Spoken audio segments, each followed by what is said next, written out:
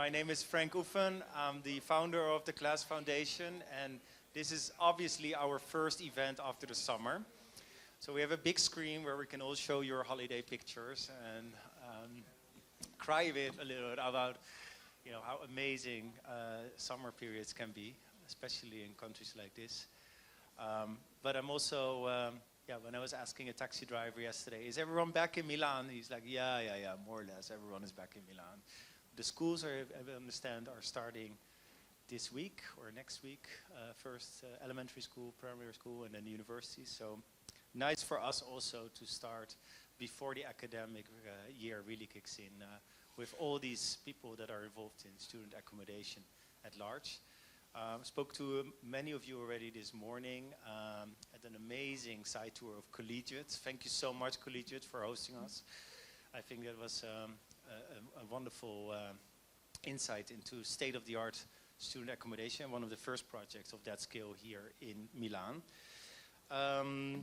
But also for us, an important day. As you might have seen already, we released today the Student Living Monitor, which is our first European monitor that establishes the connection between the impact of student living on the well-being of students, and also establishes insights, which I think are very important to all of us, of what PBSA actually can do for students' experience, in particular around what things help students feel well, what makes them feel at home, and both from the facilities perspective as well as the community services.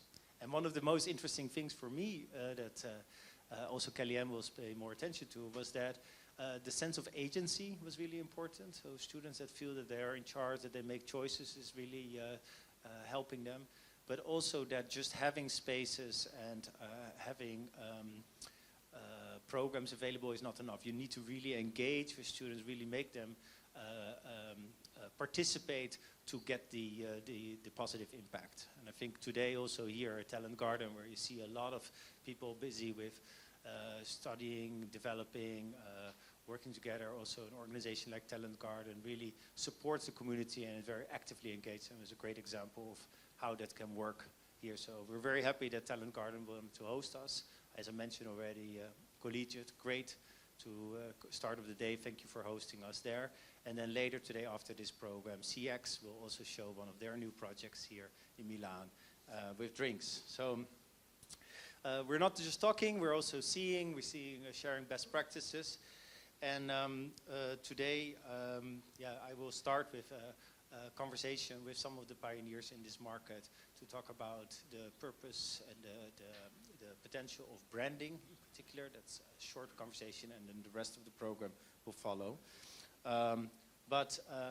Last for us, the last event before our big conference in Barcelona this year. So hopefully you've already seen it, put it in your calendar. And I was also told by the team not to forget that we have the awards coming up. So it's still time for you to apply for the awards. As you know, there are many different categories. So choose one that where you think you've excelled, and hopefully you will win it. Beside these partners, also big thanks to Yardi, C-Clean. C-Clean, I saw your machines at Collegiate this morning.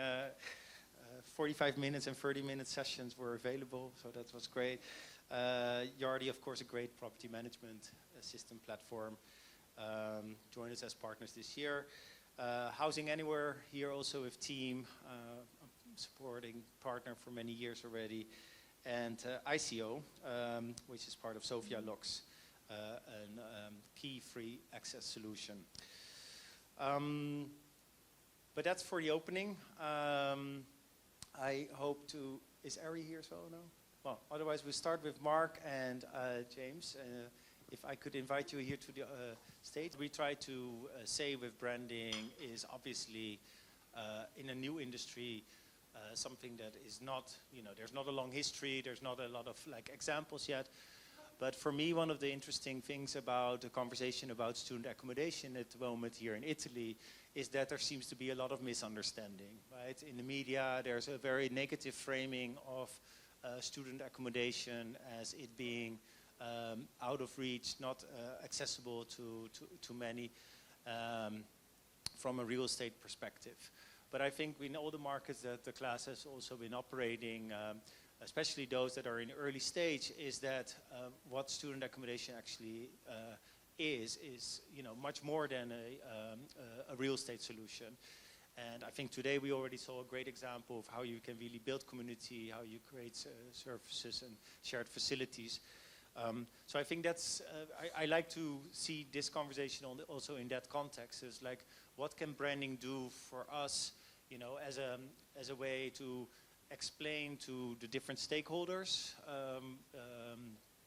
from starting, of course, from the students, but also from the parents, the universities, and also in the, even today, several people mentioned that for a lot of banks or other people that are involved in the realization of student accommodation, that there's still a lot to learn. So I thought it was very nice to get that input this morning. But as I'm going to introduce, ask you to introduce yourself, maybe you can also say why branding is important to you. And may I start with you, James? Yeah, thanks, Frank. I just need to talk louder, apparently. Afternoon, everyone. My name is James Brunt, the Commercial Director for CRM Students. We are a third-party management partner. We're operating 24,000 beds across Europe. 1,000 of those beds in 3 schemes are live in Italy at the moment, with another 2 schemes and nearly 1,000 beds mobilising this month. So we're really starting to move forward in Italy. Branding-wise, you'll see us in Italy under both the BU brand, which is our European, pan-European brand, and also some white label offerings as well, which hopefully we'll touch upon today. Branding is an interesting one for us and super important for 2 reasons. We kind of look at branding on a kind of global B2B scale in terms of who we are as CRM and how important that branding is for trust, for client trust, for investor trust. And then we really start to delve into more local elements of branding, which are site-based and really creating identity and community on a site level, which is a branding piece for us as well, but it's more of an individual site branding piece, which we'll touch on. Okay, great. And Mark, for you also, you have a hotel background, so it's also interesting how that has influenced your understanding of student accommodation. Where are you right now? Because I know many of you probably remember it from last year when we visited your first project here in Milan. Yeah, true with Juvenale, and it was a great moment to show you the first property in Milan. So I'm Mark Sampietro. Thank you so much for the invitation. By the way, congratulations for the report. I saw this morning, really nice, really well done. I'm head of operations for Europe for Hines with the brand Aparto. Aparto is our brand from student housing. We are operating at the moment 6,100 beds in Europe between Ireland, UK, Spain and Italy. Just 2 weeks ago we opened the second one in Milan, Ripamonti, with 754 beds, and the next one to come in Barcelona with Cristobal de Moura, around 300 beds. It's really interesting what you say before, because even if I'm Spanish, I was living here in Milan for 10 years before. And it was strange from me, from a student housing perspective relating to the brand, what we did in Aparto in order to enter for the first time in the market of Milan. When we started to make the search and analysis of the city, we realized that the student housing as per se do not exist at that moment in Milan. We were trying to find, there was only one competitor, Camplus, that they were doing quality product with quality service, but for the rest was completely a disaster, no? In terms of image, in terms of branding, in terms of everything. So I remember perfectly that we make the first meeting with our marketing director. She was also coming from hospitality here in Milan. And we said, before we launch the brand, we need to explain to the city what is a student housing concept, because it was completely wrong message, as you said. So the first campaign we did, it was not from ourselves, but it was to the market to support people to understand in Italy, and particularly in Milan, to the students, what is today a student housing, and to open the doors to a new world from them, because the structures that were operating at the past here in Milan was completely another concept. When we reach this target, and we reach already this audience, it's when we start with the brand. And it was the big success, because otherwise, if we will do it in the other way around, it will be a disaster. Yeah, because it's interesting that all of you also have a background working outside of Italy first, and as you said, like in this moment, the market in Italy is starting to accelerate, but it's still a relatively early phase. And what you see now is a lot of the projects that are happening actually bring some of the best practices of the things that have happened in other parts of Europe now to Italy, and that those brands are establishing. Was your organization also already, was Italy one of the first markets that they put so to say, as part of the strategy? Yeah, it was, in general, Southern Europe has been always a focus. Yeah. Before COVID, we started already with the constructions, and as you know, Heinz is a real investment fund, so we make development and construction. Some of the projects has been stopped because of COVID, and then we come back with the first openings. But at the moment, we are open to see projects across Europe, but there is a particular appetite in all the investment funds with the Southern Europe. So at the moment, Spain and Italy are the markets that are growing much better with a partner in this moment. Yeah. And how is it for CRM? Yeah, that's similar. I mean, we sort of targeted Southern Europe initially, Spain, Portugal, Italy being our keys. And what we've really seen in Italy, certainly we now have a year of operational experience and going into a second letting cycle, is the let up has been phenomenal. When we look at other new markets we've mobilized in, the let up has been, you have more of a ramp up. In Italy, it generally has been extremely quick. First year let up, stabilizing buildings, which, isn't the case in every country, and certainly wouldn't be the case in every market that we could potentially enter. So for us, Italy is particularly strong. We think the student profile is very, very strong, that international domestic mix. We've actually found sort of selling in that idea of the product has actually been really successful so far in Italy. And I think if we compare it to Spain, for example, we have had to work that much harder to sell what the product is and really to educate the market. As not to say the job is done here in Italy, but certainly in this first round, these first 3 schemes for us, that ability to sell what the product is and to educate the market very quickly has been really successful. So it's a big piece of expansion for us. So in many cases, you're also creating a market, also often in neighborhoods that have not had something similar to PBSA. I remember also 10 years ago when I did for the social op, at that time it was still called the Student Hotel, a tour with Evaluator, and she said at the end of the tour, she said like, well, Frank, it's all very nice with all this beautiful design and all these facilities, but does it really add to the bottom line? James, is that would you say you could answer that as positive? Yeah, definitely. I suppose in 2 ways.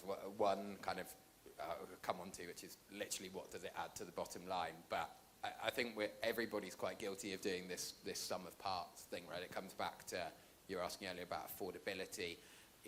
A lot of people will compare PBSA versus living in a shared flat. If we go back to basics, yes, one is cheaper than the other, but we always forget to add on all your extra costs. The costs of not doing an opportunity, the costs of living outside of PBSA and your additional bills.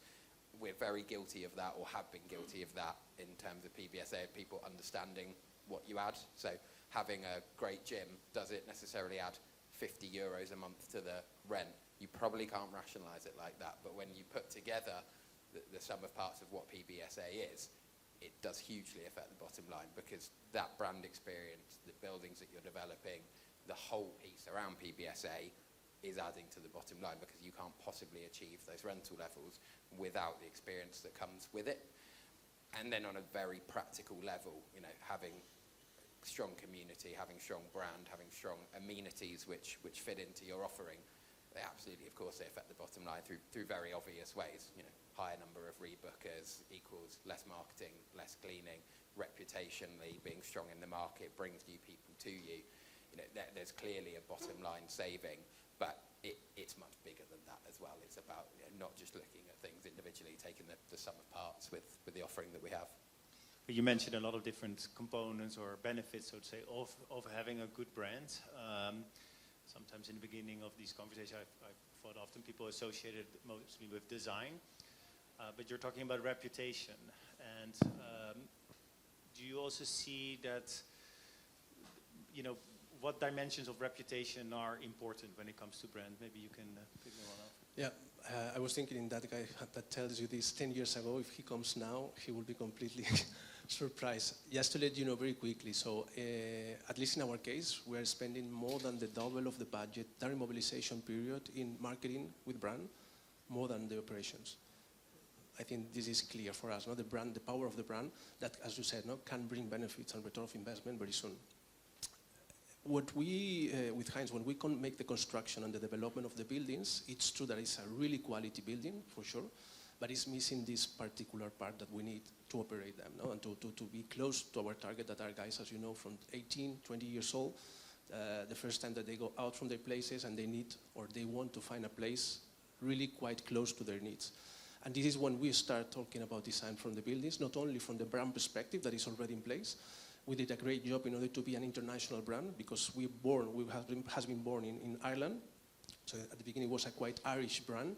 So we step by step, we go to UK, Italy and Spain, and we go to the south, is when we realize that we need to change a little bit the approach and the flavor of the brand.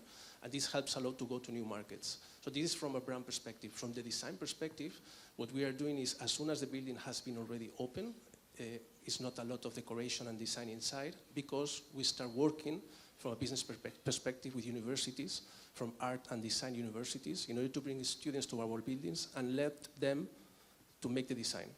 And this is key in order to start making connections with the universities, for instance. So at the end, you start with the partnerships, the visibility of your brand is bigger, and you are much more close to them, to that target, that at the end are your final guest. And if I play the devil's advocate, in a market like Milan, where every apartment basically is probably, you know, occupied, why then still do it? Like, what's for you, like, is it the longevity?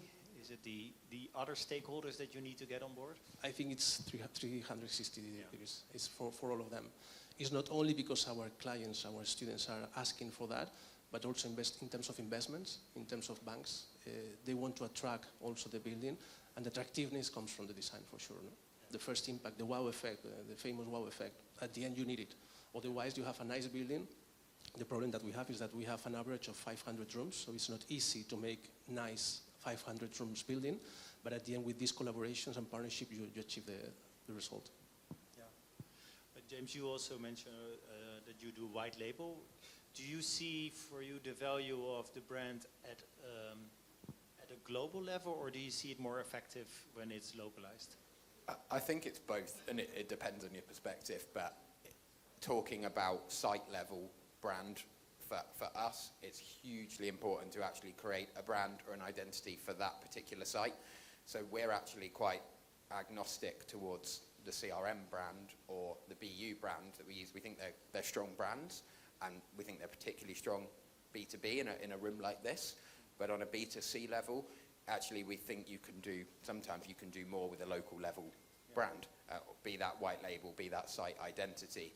Because I think if you ask anybody, any student, and anybody in this room who's been to university where they lived in terms of halls, they will say the name of the building or the site, or 95% of them will say it. They won't say the brand's name that they live with. The experience comes from the site, and it comes from the site team and the site brand and that community feel. So we really feel there's a great opportunity when it comes to branding to make yourself stand out in each individual local market by way of either white labeling or creating that site level identity. So you can take aspects of the local community, you can take aspects of what your building used to be, you can look at the demographic that you're targeting for that building, and you can help shape an identity and a brand around that. And that really helps to create experience, because you're not necessarily carbon copying something from elsewhere and dropping it into a market. You can be very distinctive about what you're offering, and you can create something which really appeals to the student demographic there. And we're starting to see that. You know, we're seeing that all across Europe. We're seeing that in Italy. You know, we have very different schemes at the moment in Italy. You know, some which are very international heavy, very sort of American student heavy, and some which are a little bit more domestic, and they actually have different white labels, site identities, and that's how they're known in that individual submarket. But that's very interesting, because I think also from the hotel's perspective, you know, as you have gained experience in that, you know, the brand also represents basically a promise, right? So what to expect, the predictability of that.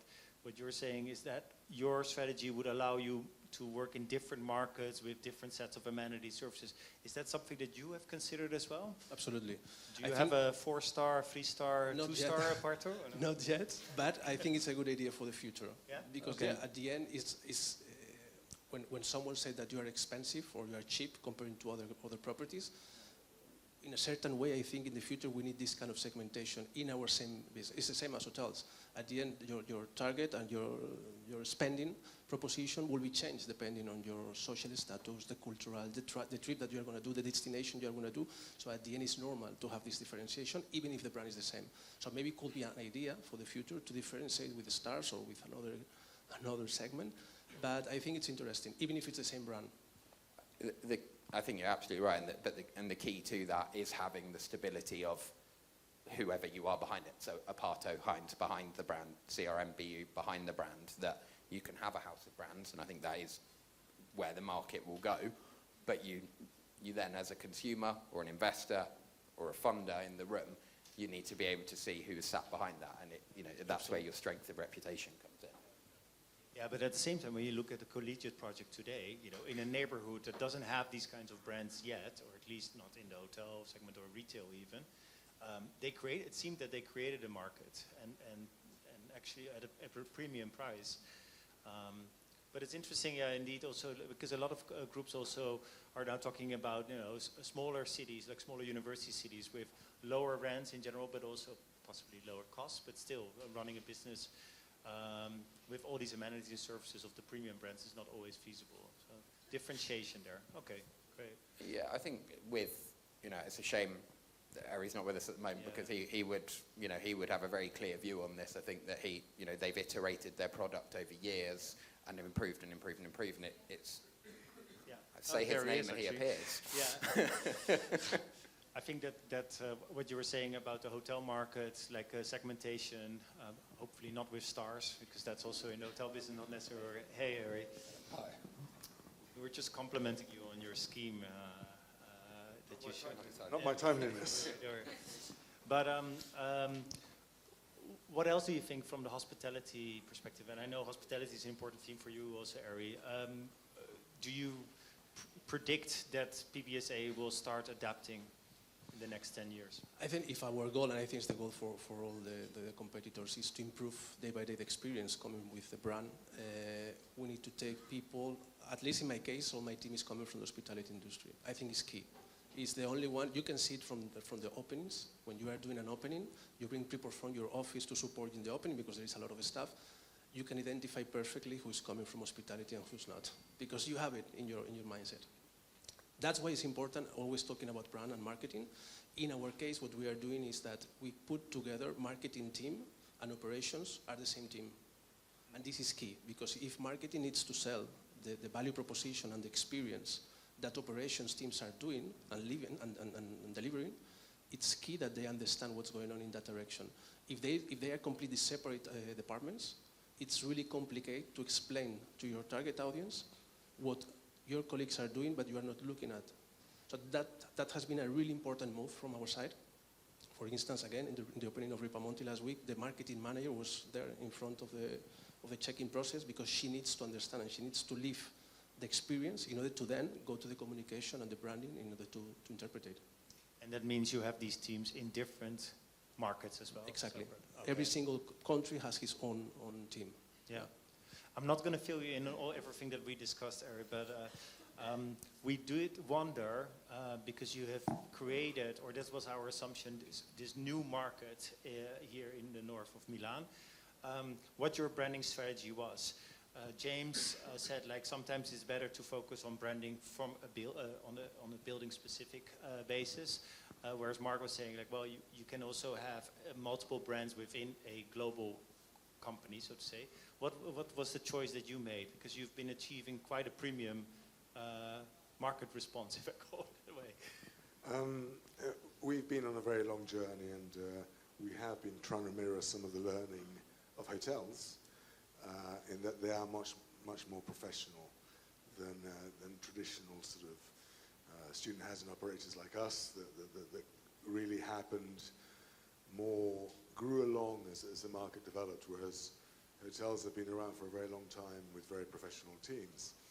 In terms of marketing, yes, there's been this long discussion about whether or not you're actually renting just a room, and so it doesn't really matter, so it's just property, or whether you're renting an experience.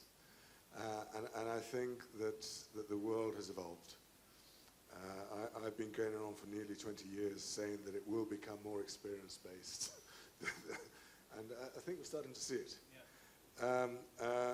I think the one thing that's needed, certainly for students, because students and parents, come from a long way away, whether they come from the host country like Italy or whether they come from other countries. I think Alan was saying that we've got over 40 nationalities at Collegio Milan North. So people come from all over the world. Most of them are Italian, but all of them are not near the site. They don't live near the site. So they have to have trust. They're spending a lot of money, probably near to a purchase of a car for their room for a year. For the parents, it's their most precious possession, their children. They want them looked after. And certainly at the first level, what we all have as professional operators is that reassurance of a brand standard, of management standards, that these guys are going to be properly cared for. And so that's the number one reassurance. We, as you've seen probably in Via Frigia, have taken it to another level where we keep on optimizing the rooms and making more and more similar rooms. So all the rooms, whether you're there or you're at Bovisa site or whether you're in Madrid, all the rooms are the same in our schemes. So you would need to look outside to know if it was different. So now, how much reassurance that provides a student is one thing. Certainly it provides a lot of reassurance to our investors, to the bankers. It allows us to more and more optimize every project. It allows us to not go through a learning curve. So every time it becomes better and better and more professional. No, I think it's a good point, because also indeed for a lot of, when you come up with a proposition of that scale, I guess it, people want to sleep on it for a couple of nights before they say yes. So the trust is the central part. And I think sometimes we don't realize the lack of trust in real estate markets, the rental market in particular, is a huge stress factor for many of the people involved in deciding where the student is going to live. So that's a very important differentiator. Does it also, maybe as we move towards the end of this session, I'm asking a not open question, but maybe you can elaborate on what I'm interested because of the student living monitor as well. Can brands help, or how can brands, let me rephrase it, how can brands help incorporate all these other services that, values that we bring to the student experience? Is therefore the brand important, and how do you do that? Because if it's not just a roof over your head, how do you incorporate that in the communication? I think what Barry said there is the core of it, is that the service level, the services, the community aspects are the number one, and they have to underwrite any brand that you have, or underwrite any brand that you have. So whether you see student accommodation as a hotel light or a rental product plus, it needs to be about student experience and student community. The product that you develop is then another matter, I think, and I think Ari's talking about a very premium product there, and it's great to have the premium product, and then you have other brands who are offering the more entry-level product. But it really, you just have to underpin everything with a commitment and a set of values which are about putting a customer first and ensuring there is that trust. I think that has to be the core of any brand, and then you can scale your house of brands from there, if you will. And do you see a limitation to real estate, so to say, from your concept of brands? Any limitation? Limitation in terms of business limitations, or is it primary, or can you incorporate even additional services than what you offer today? Yeah, absolutely you can, but I think that's the beauty of, if we're talking about, I'm going to keep repeating House of Brands, but that scalable element of branding, you can completely change what you're offering. You can have a very premium offering against a more basic offering. And I think that there isn't a limitation to that, depending on what market you're in. And it comes back to my point earlier that it's the market and the area that you're looking at, and sort of putting together your service package from there. I came from a background in marketing, consumer marketing, and then hospitality. before I came into this sector. And I mean, brands are about reducing risk. They're about simplifying purchase decisions. They're about trust. And in our sector, certainly in the UK, a lot of the brands ownership stamps. You know, I own this and therefore it's called that. It doesn't necessarily mean, it's not about a consumer product. It does not tell you what the consumer product is. It does reassure you that the professional operators are going to look after the kids and they're going to have strong regimes and safety will be cared for. But as we evolve, as the market becomes more competitive, as construction costs go up, as debt goes up, as everything just becomes harder, you need to keep on optimizing. You need to deliver value. And you know, yeah, some of our rooms are expensive and they're let for 11, 12 months. There's no short-term lets that we've allowed, but they're not that expensive. And we've got another format that's a little bit cheaper, but it's still going to be, I mean, we live in an inflationary world and we won't be able to provide particularly affordable accommodation, quite frankly. So we've got to, if a brand stands for something, it's got to, you know, apart from the main reassurance of looking after the students, for the bulk of the sector, those brands that want to add a bit more value are going to need to stand for something. Yeah, completely agree. And I think one of the main important things relating to the amenities and service is to be in touch with the final guest, the student, right? That's why we try to do as much internal surveys as possible, because when you have 700 people inside your building predicting what they want or they don't like, this is the key message for us in order to next year try to improve the amenities or the spaces that we prepare for them. No?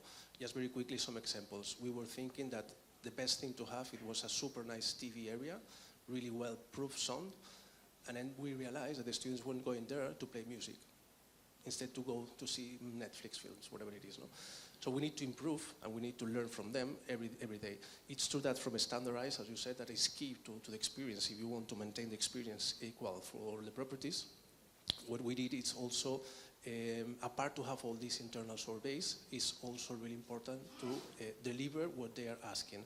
That's why we have like a kind of 4 pillars in terms of experience that are the same for all the part of properties. That can be ESG, diversity, security, and community.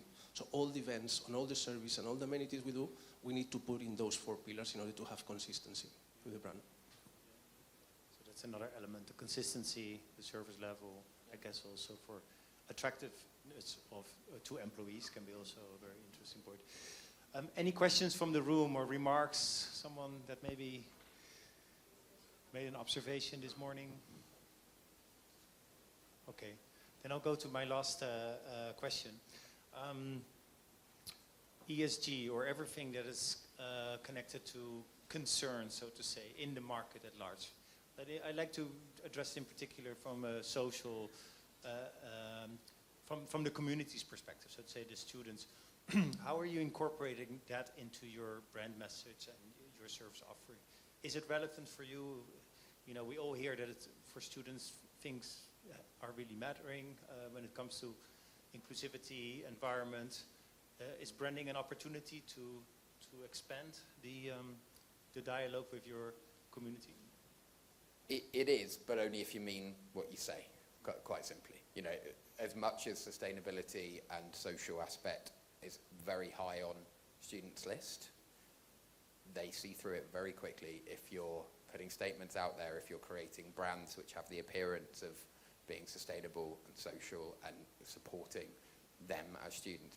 And if they don't deliver, it's far, far worse than having no ESG message. So 100% agree, it needs to be part of our brand, but it needs to be part of our brands because it's important, not because it will help bring consumers through the door. Because as soon as you try and greenwash or you try and create a brand which appears to be green for the sake of being green, you've completely lost that customer base. And do you have an example where that worked well? I have an example where it didn't work well, but I better not name it. So that might, but it was in the UK. And something you saw at another brand. Yes, no, it was somebody we tried to work with or were working with that wanted a brand that wanted to really be very sustainable, came up with a strong name, and then when we looked at the costs of being a sustainable building, because it costs more You know, it does cost more to be a truly sustainable building that really meets values. The cost wasn't well received, and we very quickly watered it down. So you've got to really believe that message, and I think most of us do believe that message, which is important, but you've then got to put it into practice. So it's got a huge role if it's done right.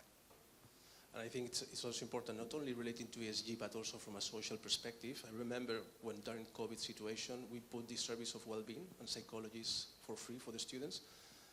From that moment, we keep it. Because it was one at the beginning. Before COVID, I remember the parents in the ranking topics they asked was security, first of all. Now is well-being.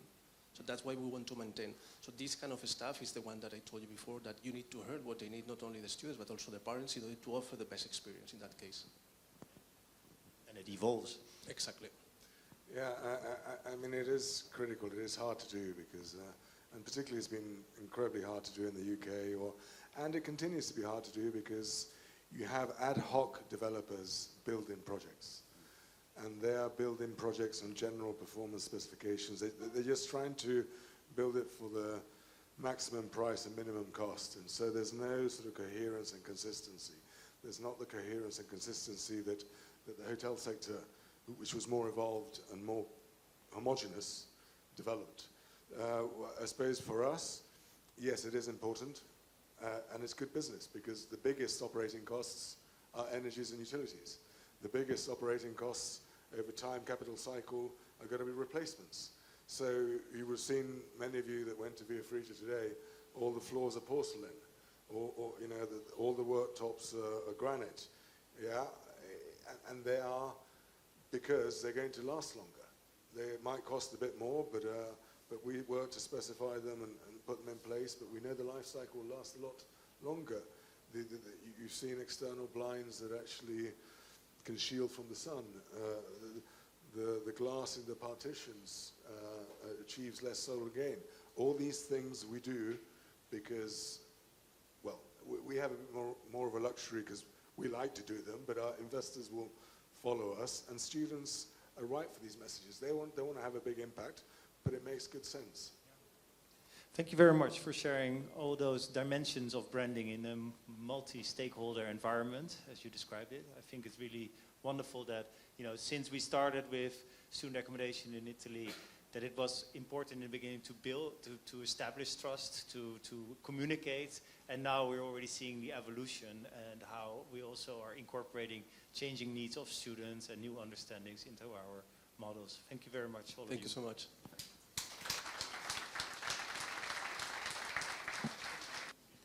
Okay, so thank you so much to our esteemed panel talking about design and branding. We are now going to have another networking session, and we're also going to put some food out as well. And then we are going to come back. We have 2 data insights, and we also have our panel discussion afterwards. So make sure you give it a shake during the break. As well, if you have time in the break, please make sure you go onto our website and have a look at the Student Living Monitor, have a read, have a chat about it, because we're going to be talking about it in the next sessions. Enjoy. The market is quite active. We see lots of activity also from operators, both international coming to Italy, but also Italian operators going abroad or consolidating their positions in Italy. So the market is in good shape, I will say. There is only one category of, let's say, stakeholders that are not so satisfied, and these are students. As you heard, there were protests. Probably there will be more in the next weeks. I just want to say here one thing. The main issue of this sector, one of the main issues, is the shortage of affordable beds now in the country. And so I think that a community like us should think also about this issue. So, market update. I chose to summarize the situation in looking first to the occupier market, so demand, supply, and rents, and then to focus on the investment markets.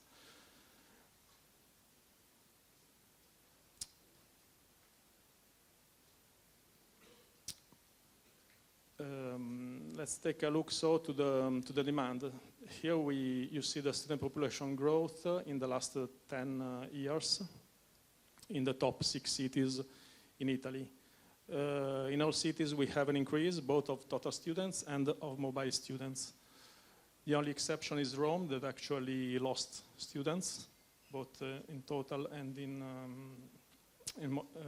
terms of mobile students. The most attractive cities, let's say the ones that were able to increase in absolute terms the number of students, are Milan and Turin. Another interesting thing is that the foreign students are still a very tiny portion of the market, and this represents, in my opinion, a huge opportunity for Italy, for universities, and also for the actors in the sector to increase the number of international students. Let's take a look to the pipeline, so the supply side. We have quite a significant pipelines in all of the cities. In most of the cities we have a pipeline of between 2,000 and 3,000 beds, with the exception, of course, of Milan, that is by far the city with the largest pipeline, around 12,000 beds by 2027. That means that the supply in Milan will more than double in this time frame. As you see from the numbers, of course, the provision rate is supposed to increase, but in our opinion, we remain anyway below 30%, and so there are still possibilities to invest and to develop in each of those cities.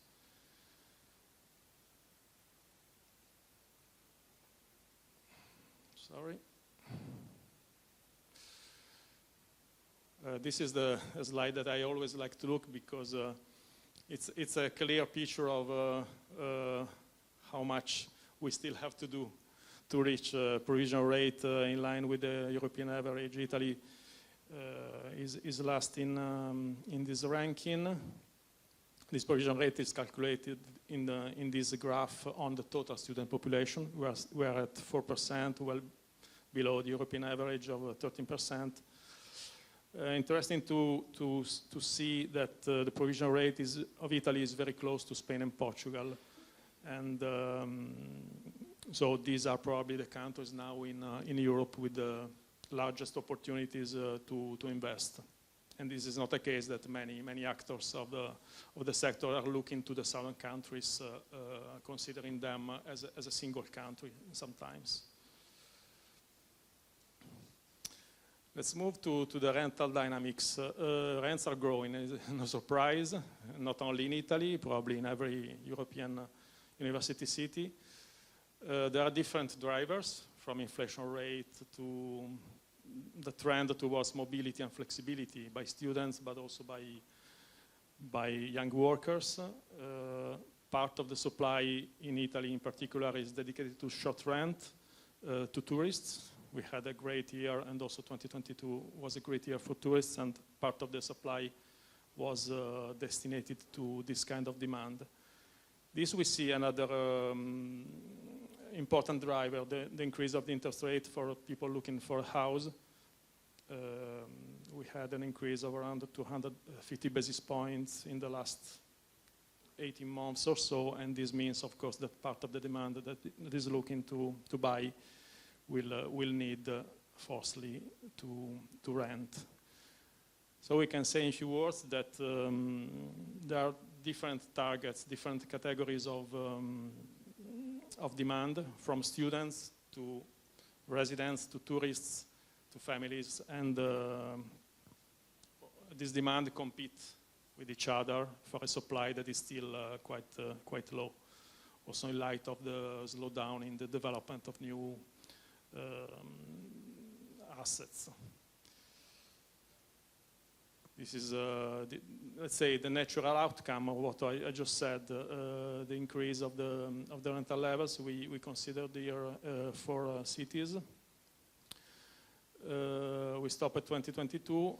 Probably this trend is not even able to capture the real increases, because the data relay of the tax agency relates only to the traditional leases, the 4 years plus 4, while the most dynamic sector is probably the short rent and the student leases. Here we see a comparison of the top rents for the next academic year in the same 6 cities. Milan confirms to be the most expensive city with around 1,500 euro per bed. The rental levels are quite high also in the other cities. We move from Florence to Padua and Turin that are the most, let's say, the cheapest ones, but the rental levels are quite high. This is due, of course, to the rental growth in the private sector, but it also tells us that the students are willing to pay a premium quite big to stay in a PBSA, in a modern PBSA, and to take advantage of the services, the amenities, and the benefits compared to the traditional private sector.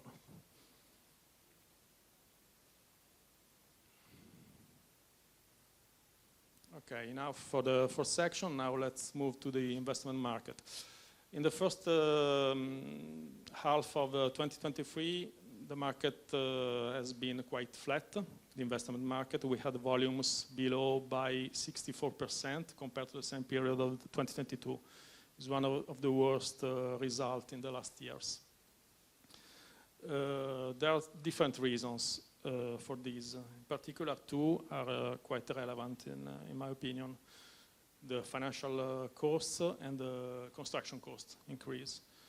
Here we see an overview of the growth of the costs of debt for different asset classes, but we can consider them as a proxy for PBSA. There was a sudden increase due to the monetary policy of the central banks, basically, that pushed up the base rate. And then the cost of debt increased accordingly. At the same time, the loan-to-value that banks are able to finance is decreasing. The banks in general are quite selective and quite prudent in their approach to the market. These are all bad news for developers.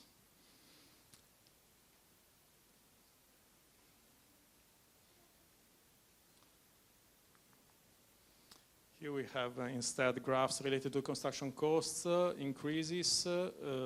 As we see from the graphs, we had an average increase of 20-25% of costs. That probably underestimates the real increase of cost, because talking with a number of developers, we understand that the budgets proposed by the constructors or general contractors are often much higher than this. They reflect a larger increase than what we see here. The impact of those 2 drivers, I will say, on the PBSA yields is evident. We are now at 5.15. For the time being, let's say the compression has not been so high, just 25 basis points, that in comparison to other sectors, in especially office and logistics, has been quite limited. Here we assume a management contract as the base for the calculation of yields. Let's say our outlook, as you see, as CBRE, we see that there will be a further decompression, reaching a peak by mid-2024. We hope that it will be reached quickly, so earlier than that, so the market could, after reaching the peak, could restart. Just for the, let's say, completion of information, the BTP, so that the bond, the 10-year bond in Italy at the moment is at 4.20, so 100 basis points below the net yield. Here we have a comparison amongst different countries for PBSA. we see that Italy is still quite attractive because we have the highest yield, not far from Spain. Here the interesting thing is the sort of V-shape of the yields. We had a compression of yields until 2022, fueled basically by the strong interest and strong liquidity of international investors, mainly for our country and our sector. While in the other countries we see a steady decompression in the last 2 years and a half. This is the final slide related to volumes. We had, as I was mentioning before, the first transactions of standing asset, and this is enough to make the 2023 the record year in the history of the sector until now. Of course, as you see, the volumes that the PBSA sector is generating are still low. The sector, of course, is based more on developments than on standing assets, so the numbers are still thin. For the future, we expect, if the market is able to restart, an increase of the volumes. We estimate in our maybe optimistic forecast an increase of volume by some 1 billion euros. Related to some 15 transactions. It remains to be seen when this transaction will happen. At the moment we have lots of renegotiations, repricing activity, deals freezed, but we still are very confident on the sector and on its comeback when the financial situation in particular will stabilize.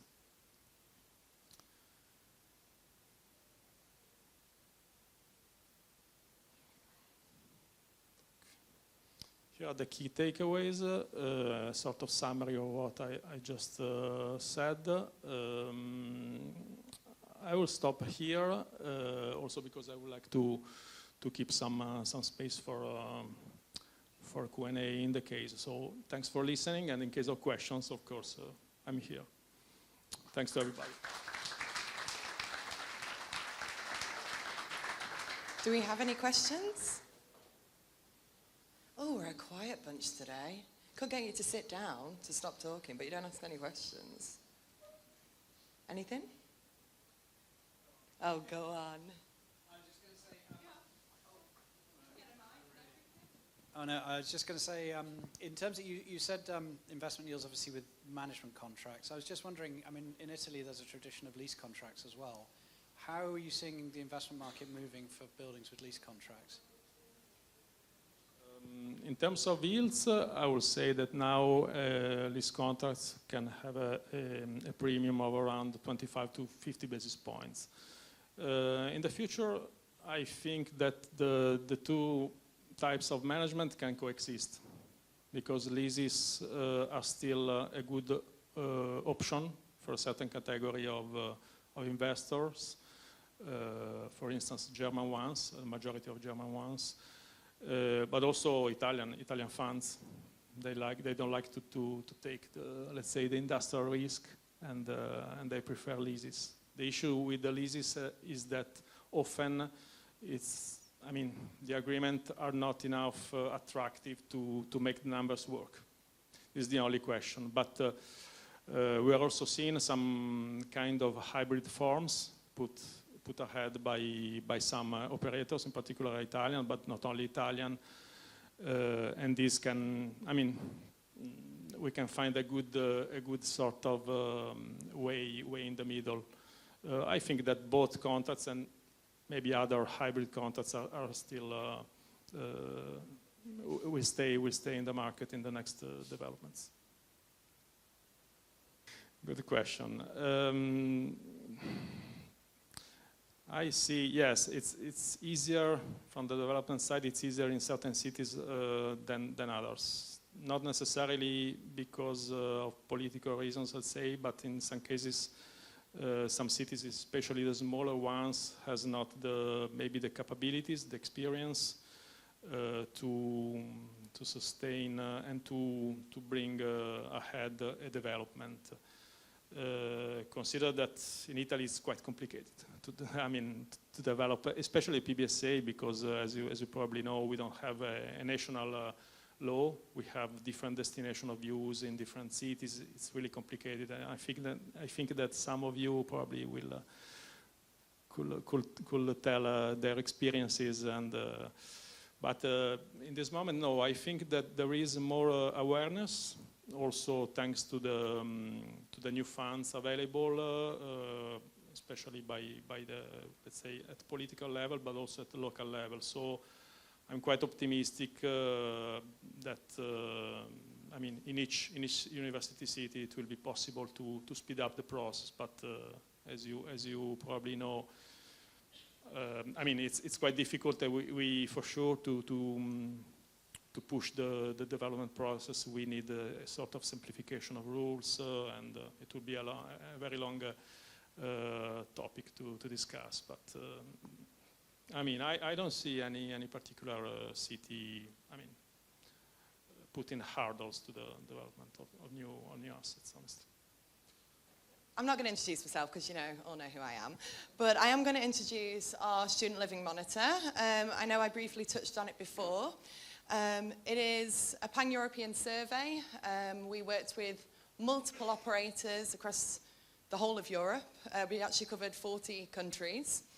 And we've been working with some amazing sponsors, Technogym, Zig, Eagle Eye, and Consortio. And we've been working with research partners such as ESN, so the Erasmus Network, Student.com, and University Living. So with that, we basically wanted to create the first data set of its type that looked at the impacts of the living environment directly on mental health and well-being and happiness. So I'm really excited to share some of the takeaways from today. We're going to look at a European level, but then zoom a little bit in on Italy as well. And then hopefully, as I said before, you guys will download the report, give us some feedback. And as this is our pilot year for doing it, we hope to build it bigger and better year on year. So if you weren't involved with it this year, please reach out to our team and we can talk you through how to get involved. So, do I have a clicker? Thank you very much. Okay. Other way? We'll get there. Okay, so European snapshot here. So this is just who took part in the survey. So we have 60% are female, 35% are male, and 5% are in the other category. We have an 80-20 split for participants living with and without disabilities.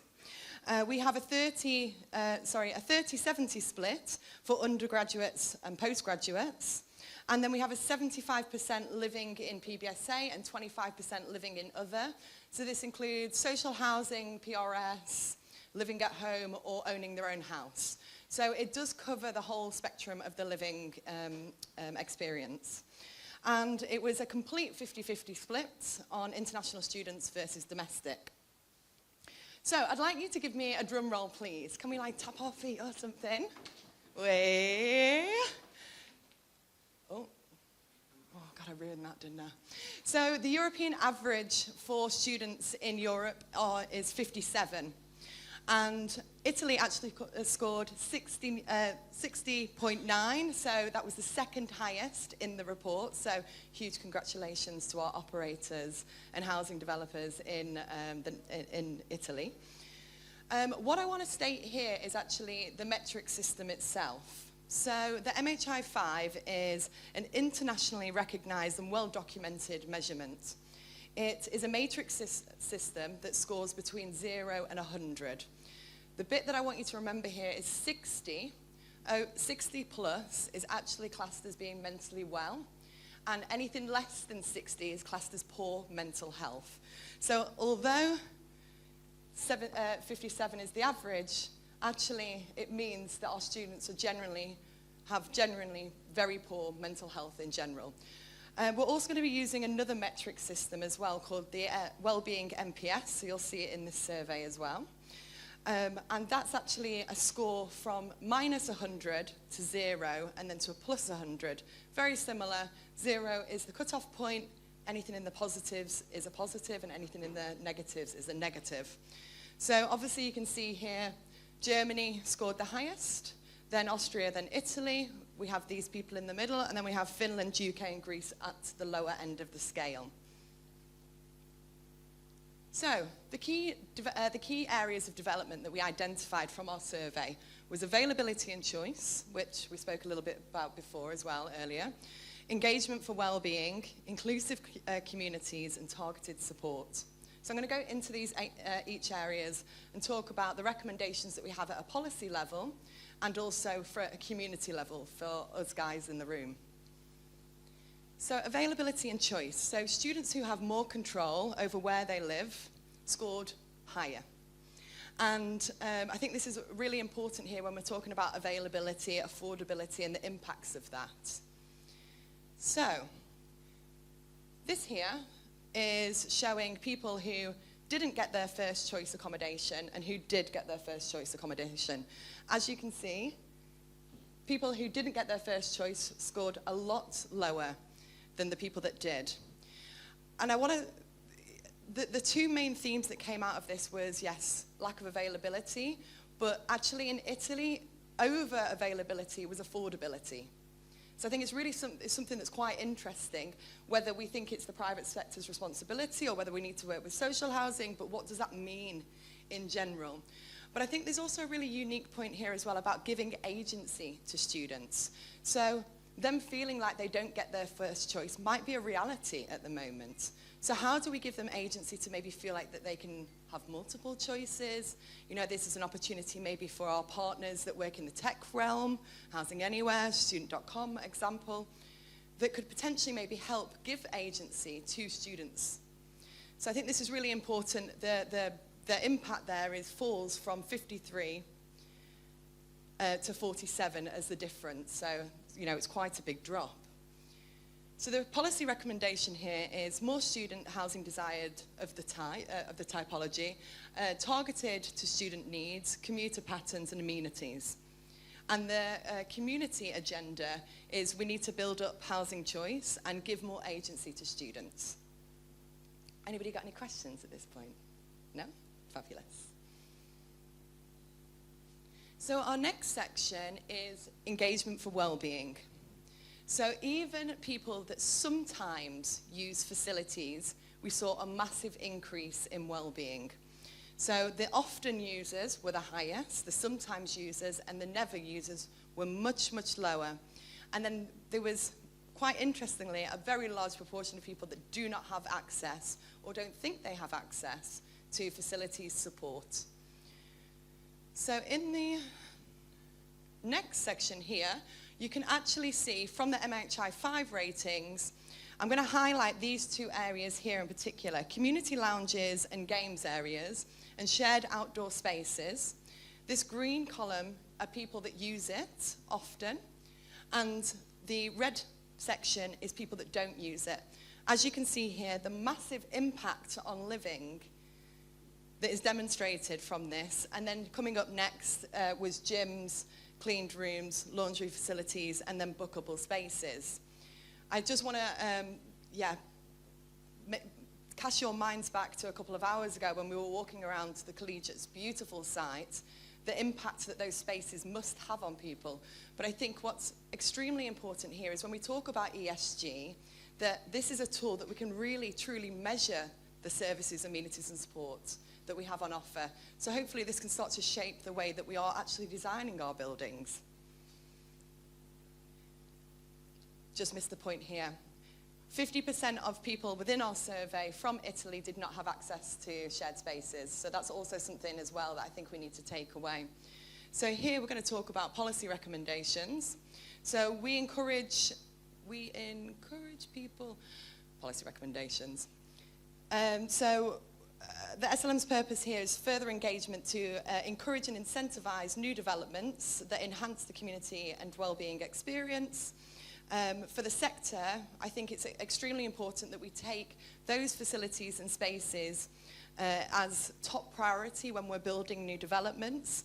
We need to curate facilities, programs, and support that help develop a greater understanding of how to engage with our student cohorts. So the next section is inclusive communities. So we're going to talk a little bit about the actual demographic of these students. So here is a breakdown of the identified areas. As you can see, we have non-binary and other scoring a lot lower than the other demographics here. We have mixed race and multiple ethnicities that are rated slightly lower.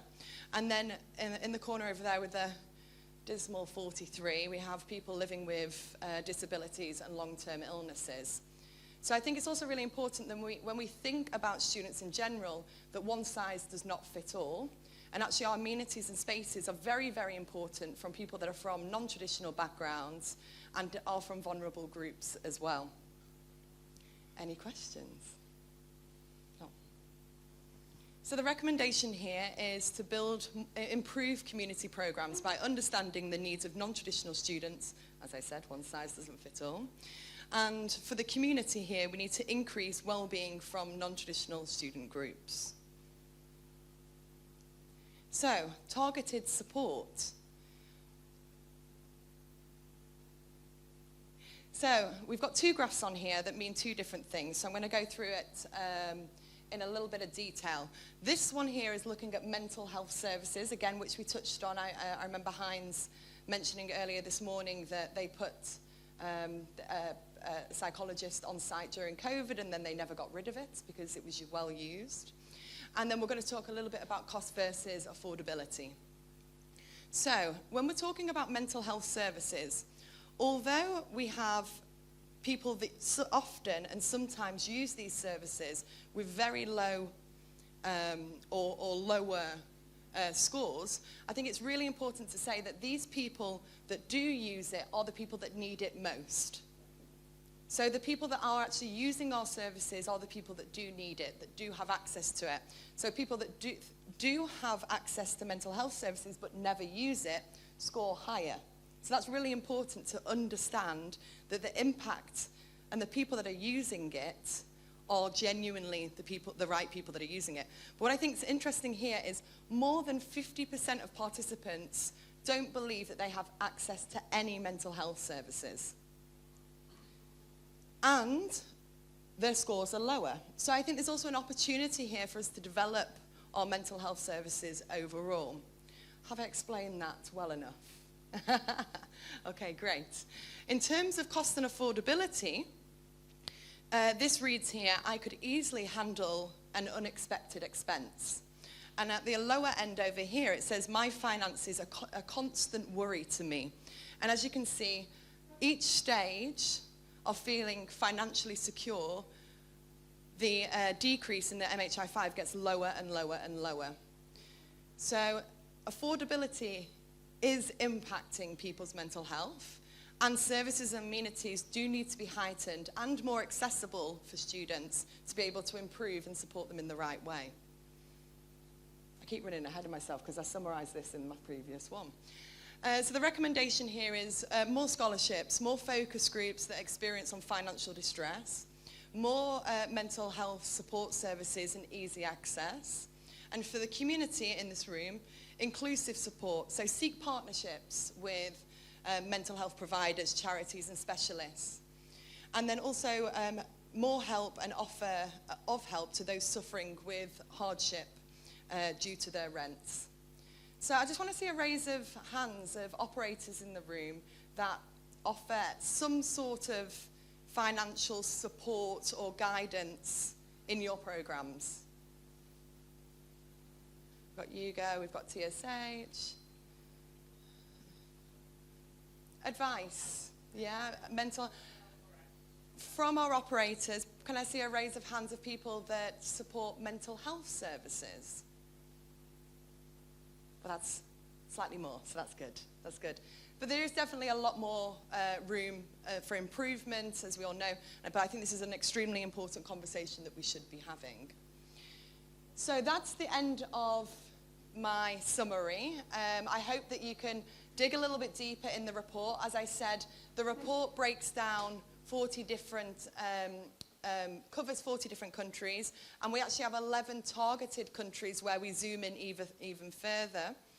I really hope that you use this, and it is something that we can use and be proud of as a sector. But again, I just wanted to say thank you for our supporters and our research partners. Does anybody have any questions? Yes, Chris. Costas, come on. Yeah, run. No, it's okay, she's gone. Thanks. I think it's really important questions that you're asking on the behalf of the industry, so congratulations on that, and I really look forward to reading it in detail. It occurs to me that some of these issues may skirt around the responsibility both of the private sector but also the public sector. What, if any, questions did you ask of universities or other public authorities who may have more of the kind of moral responsibility, particularly at the affordable end of the spectrum? So we didn't directly ask, but we did survey students that had come from the social sector or were living in institutions, for example. And I think it's important there to see actually where the mental health score was, or genuinely did they believe they have more access to services living in those types of typologies. I think that's something that we can look at further, absolutely. And I think we have every right to also ask to go into partnership with these organisations. I think this is something that we should look at sector-wide, but stakeholder-wide as well. Yeah, it isn't, well, traditionally, 10 years ago, working with HMOs in the UK, we would have never thought about having a duty of care of the people in the buildings. That's completely changed. But then our services, and we're expecting people to be on site more often and use the gyms more and the impacts of the living. So yes, I think there's an area for development in terms of stakeholder agreement and maybe a strategy, for sure. But I think if that's something that you think is specific locally, or it should be at an EU level, we'd love to have a conversation about it. Okay, I also just wanted to let everybody know, because I didn't say it, the report has actually been translated into 6 languages, including French, Dutch, German, Spanish, and Italian, and the English, of course. So if you feel more comfortable reading it in Italian and sharing it with your partners and people of interest, please go ahead and do so. Okay, so to our panel. Hi, guys. Hi. Have you got a microphone?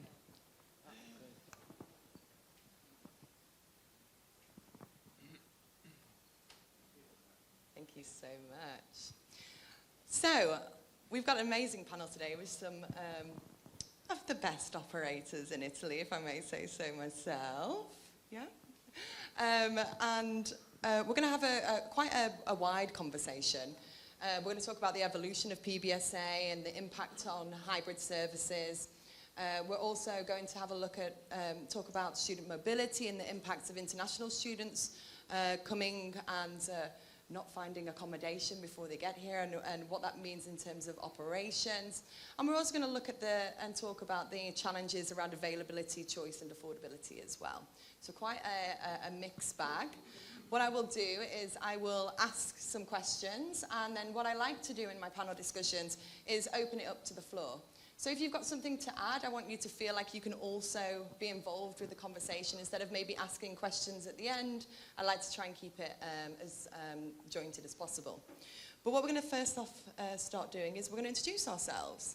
So, Dario, considering you're next to me, please take it away. So, thanks a lot for the invitation. I'm Dario. I'm the sales manager for Campus 6, so CX, the property that we are going to see later. I'm in love with the hybrid hospitality, so this is what I've done in the last 8 years. Before joining Campus 6, I was working also for Generator, so an hybrid model between hostel and hotel rooms. And now I have joined Campus 6 from a couple of years. Fabulous. Thank you very much, Pierre. Thank you, Kelly. Thank you, Dario. good afternoon to the distinguished attendees of this forum. I'm the CEO of Indomus. Indomus is an established operator in PBSA market. In Milan, we run 3 hall of residencies, offering more than 1,000 bed places. Indomus was set up with the aim of contributing to the right of university studies, and therefore a significant portion of our offer is provided at affordable conditions. Currently, we make available our expertise also through third parties, through management contracts, third parties that are interested to enter the PBS market. Good afternoon to you all. I'm really happy to be here today, so thanks for the invitation. My name is Elena Cattani. I'm the Regional Development Director for the Social Hub in Italy. So for those of you who don't know us or previously known as the Student Hotel, we are a developer and operators of hybrid hospitality. We have been established since 10 years, more or less. So we started as a startup and we grew exponentially pre-COVID. We have 16 assets throughout Europe, and we have 2 operating assets in Florence and Bologna in Italy, 3 under development, so a second asset in Florence, 1 asset in Rome, and 1 asset in Turin. And we're looking at expanding more and more in Italy and throughout Europe. Fabulous. Does anybody want any water? We're good. You're good. Okay, fab.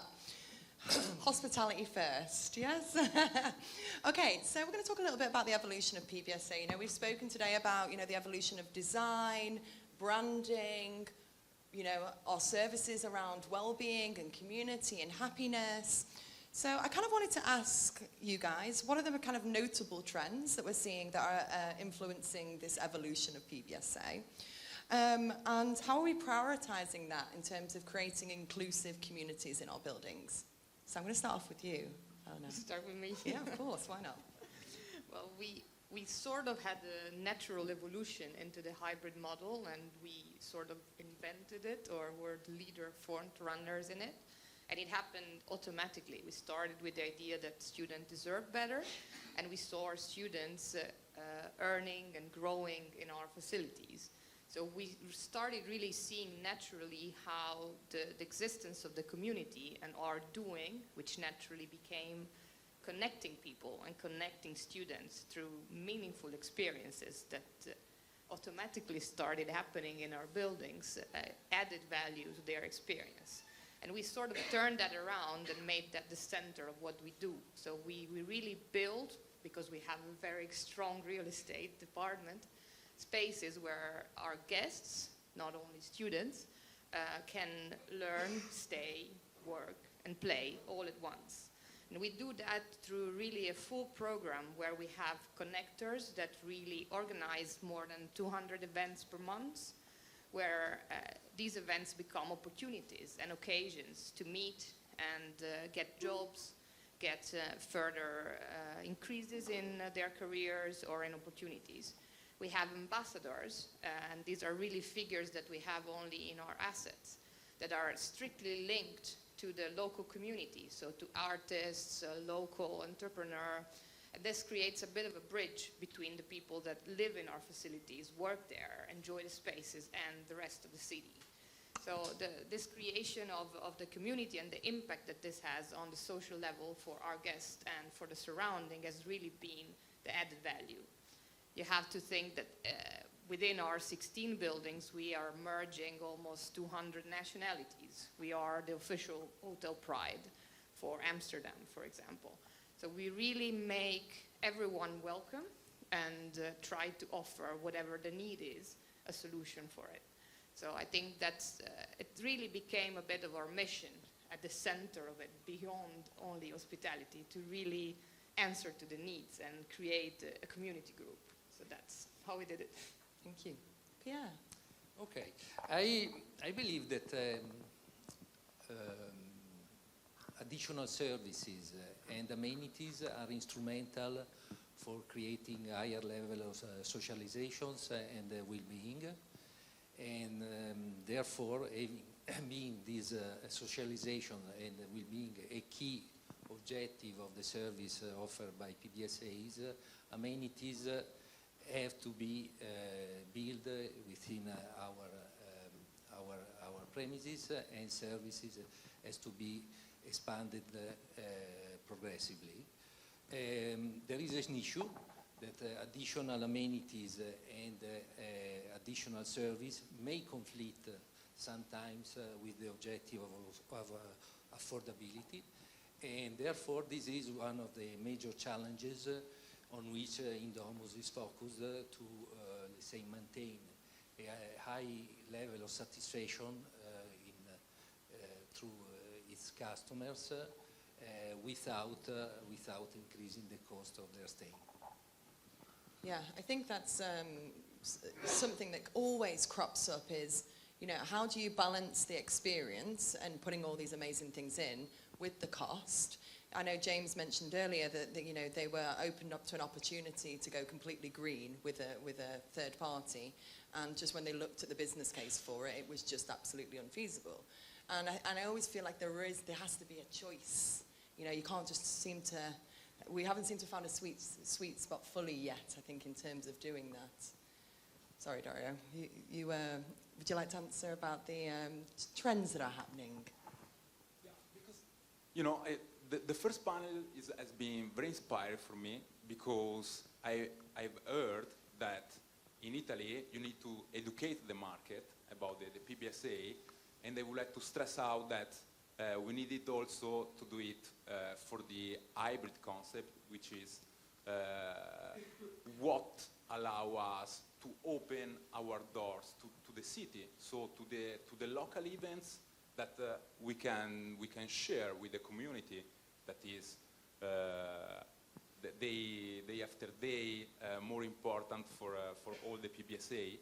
And it's true, I mean, I really think that realities like TSH, when they arrive in Italy, really change the, how can I say, the perception about what is an hybrid PBSA.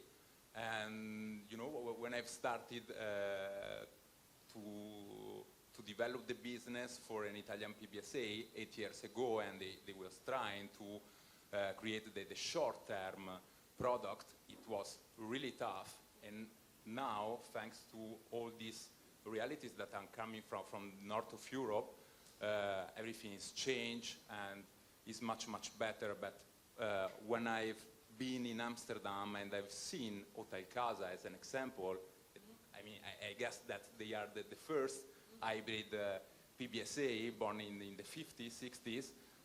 I understood that we really need to learn a lot from what our friends in the north was doing.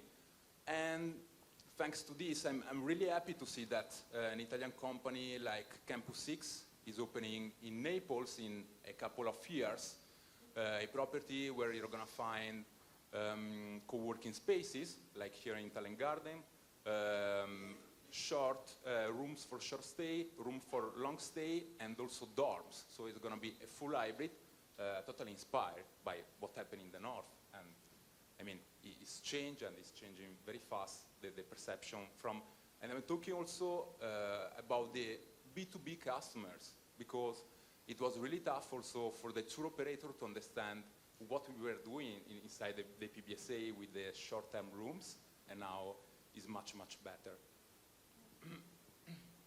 Yeah, I think it's really interesting, the kind of evolution of these hybrid products, and you know how you know, people are trialing and testing lots of different things.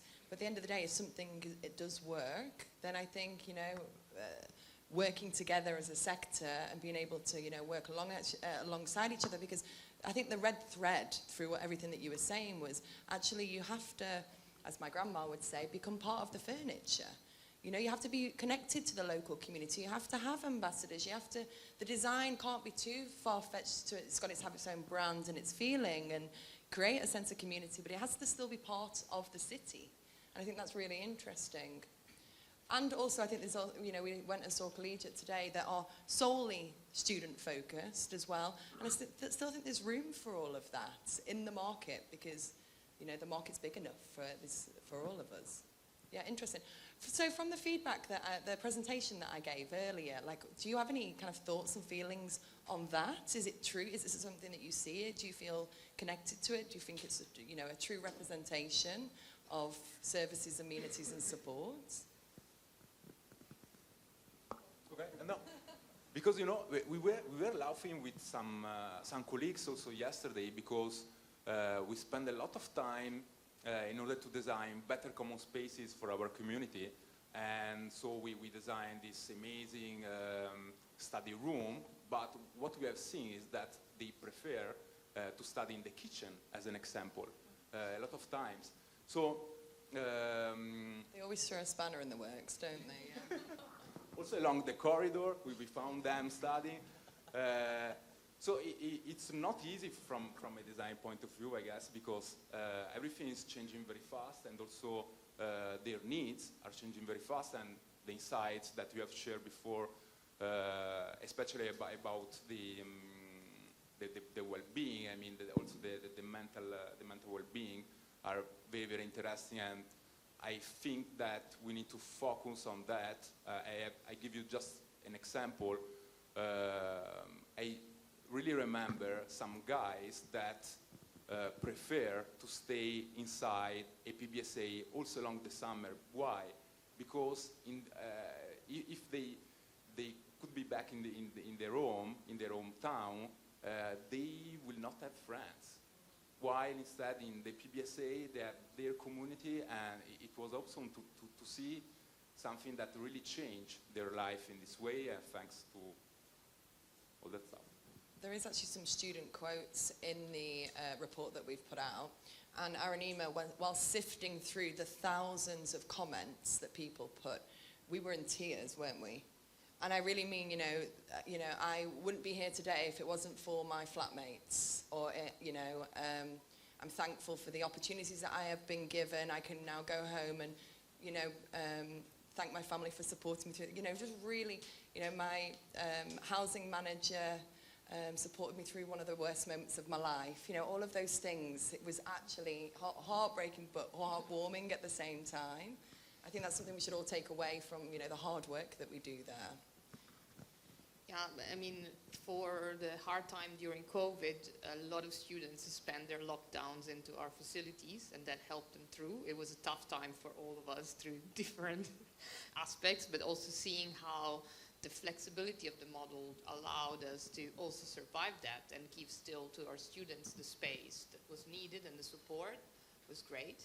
So I think to further comment a bit on your report, we do see the added value of the common areas, common facilities, and additional spaces. We are planning of doubling what we already have, and if you know a bit, our hubs, they're already very generous in common spaces, but we do that with the intention of empowering the experiences that are lived in our hubs, but also to bring the outsiders into our buildings. So also creating parks that are given as a gift, and you're right, in terms of affordability, this is, for our business case, it's not a great plus with the cost of today, but they do pay off in terms of bringing people, creating the community, bringing the community outside, and bringing the community back inside.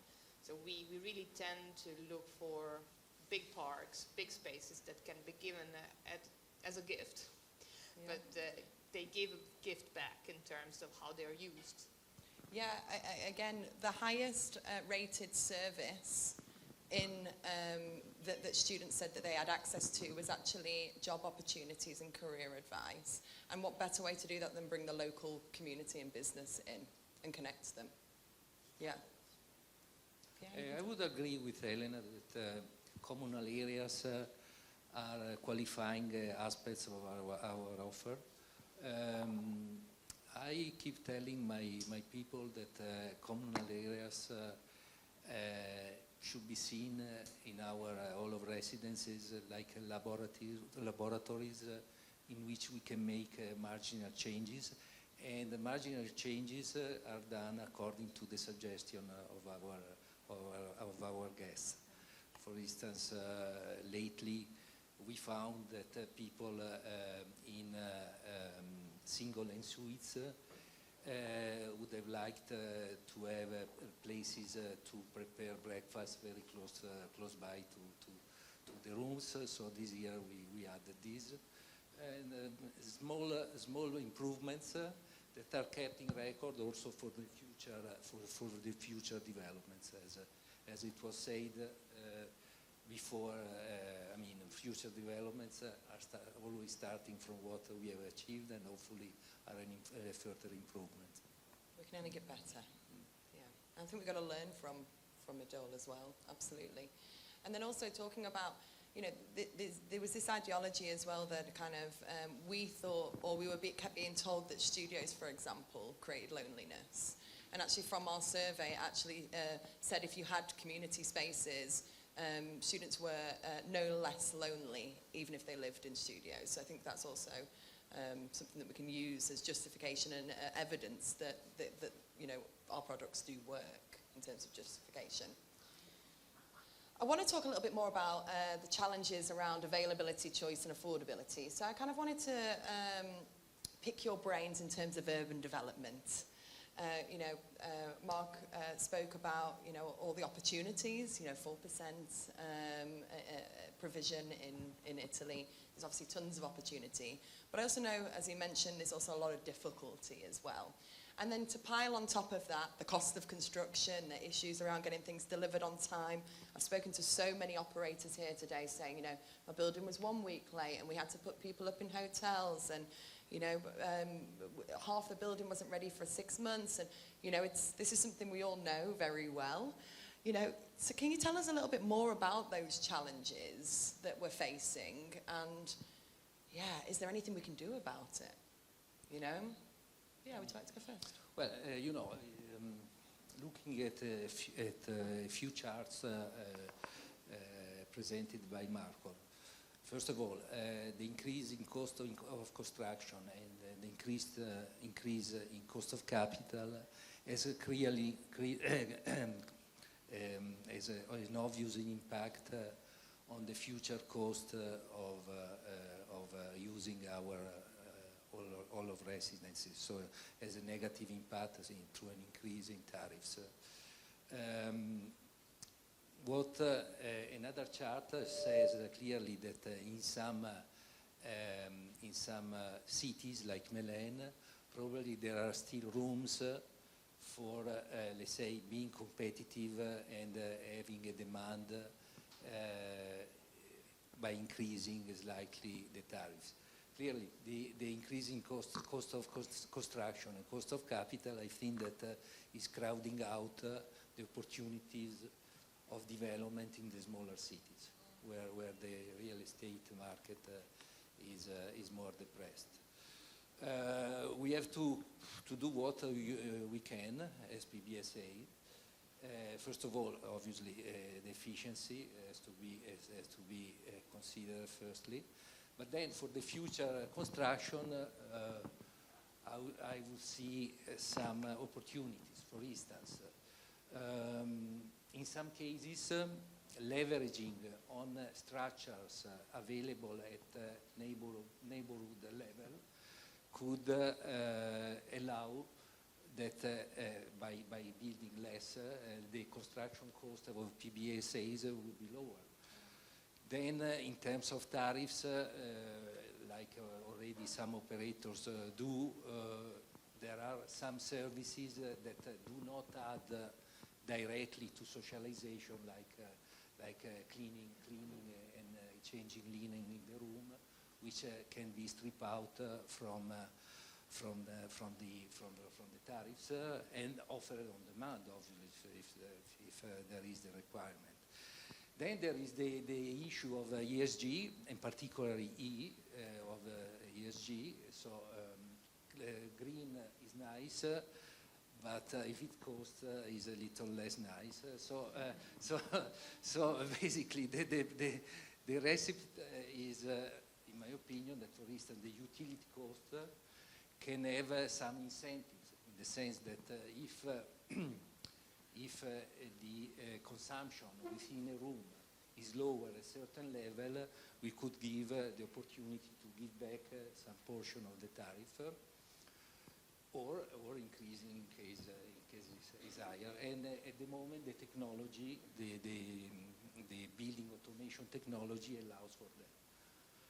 And finally, I think that if this is another challenge, if as a PBSAs we find ways of getting additional revenues without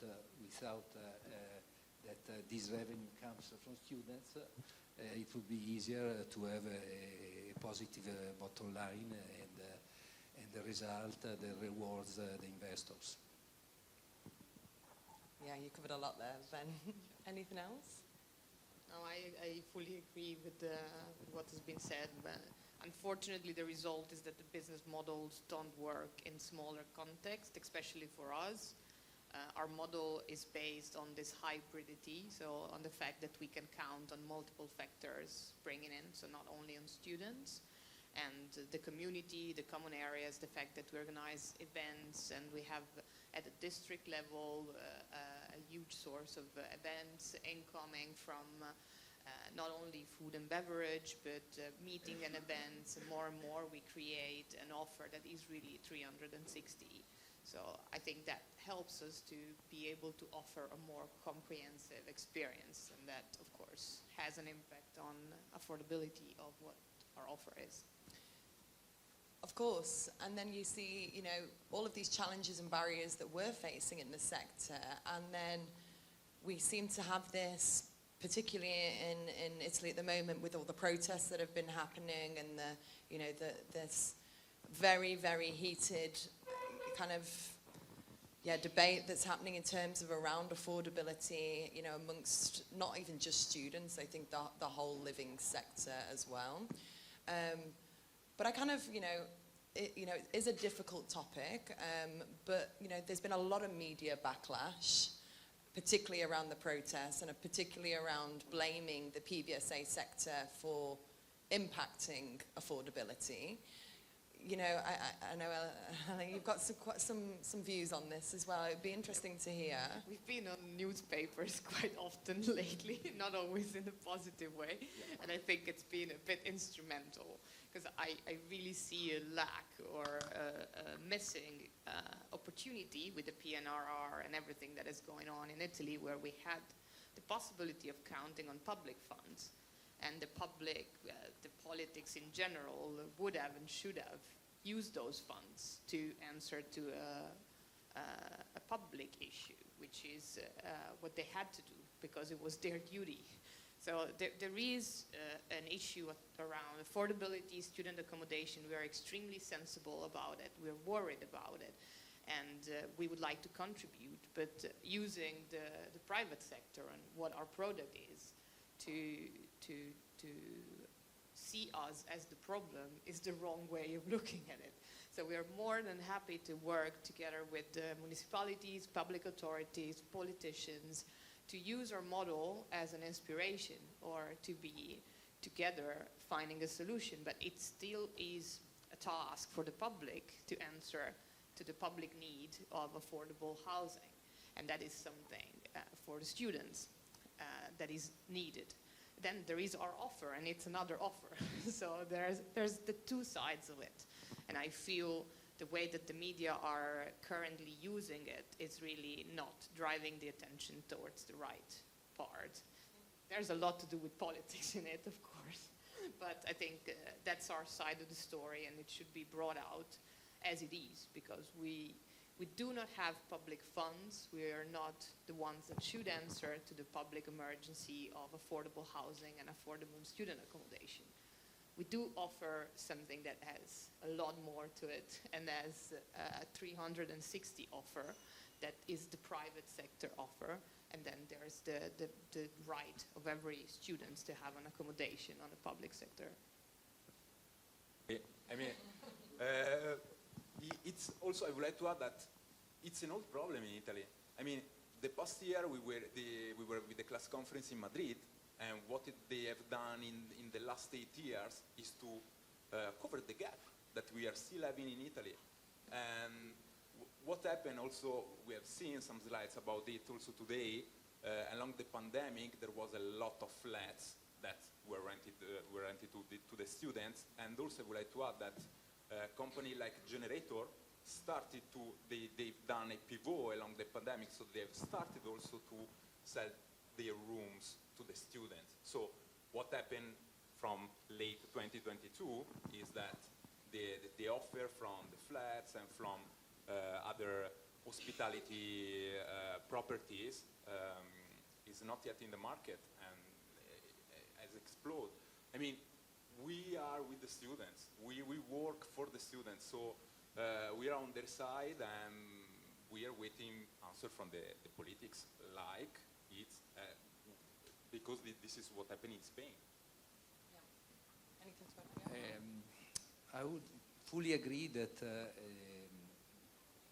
granting the right of university studies should be a primary objective and role of the government, of the state. I will give, I have in mind a couple of figures. So the annual public spending in Italy is 1 trillion. And in these days we are discussing about the national recovery and resilience plan that in 3 years may provide hopefully 1 billion. So 0.1% of the annual public spending. So that says a lot about the attention. Having said that, when there is the involvement of the public spending is always very, let's say, important that the measures do not create market distortions. So it's always basically.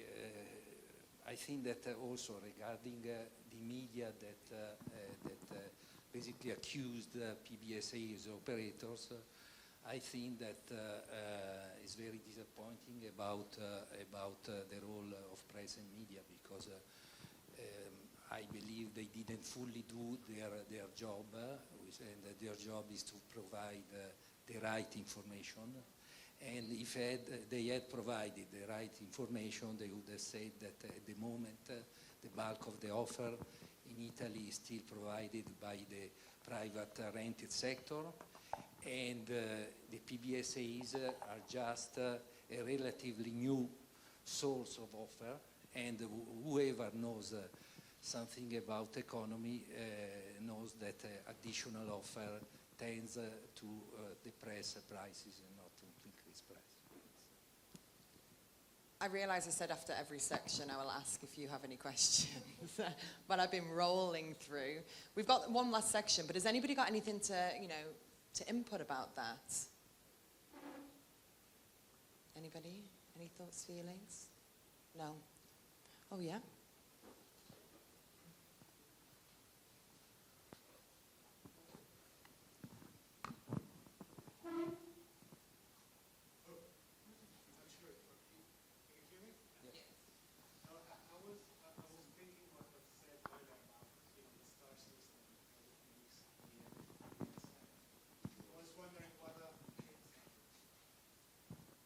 I was saying, much better.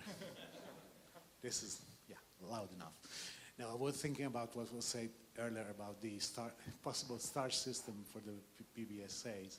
I was thinking whether a segmentation of the offering would allow, with different services, would allow actually a sustainable development and offering of affordable housing to meet at least part of the great need that there is. So whether the solution to this complex equation would be to segment the offering in a way that actually the business plans will still work with affordable housing. I'm not sure. I'm afraid that would create sort of a class distinction. yeah, whatever, indeed. But I like to think about it a bit. If you look at the healthcare system, for example, and we all have the right, especially in Italy, to good care, okay? And there's the government duty of providing first aid and healthcare for everyone. So if there would be missing public hospital, no one would be blaming someone who's offering a private clinic, a different type of service, and you have that. So I think that misjudgment is what creates the government or the press to blame us for their misdoing.